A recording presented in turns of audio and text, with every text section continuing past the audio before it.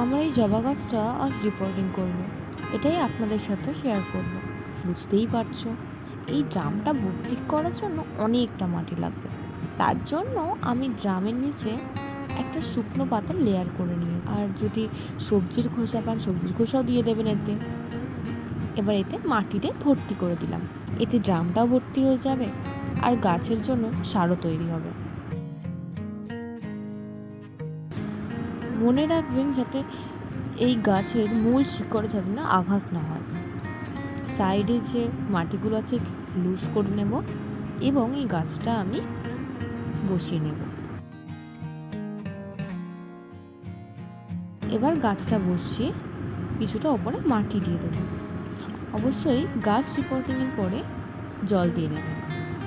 এই ছিল জবা গাছ রিপোর্টিংয়ের একটা ভিডিও। যদি ভিডিওটা ভালো লাগে অবশ্যই লাইক করবেন।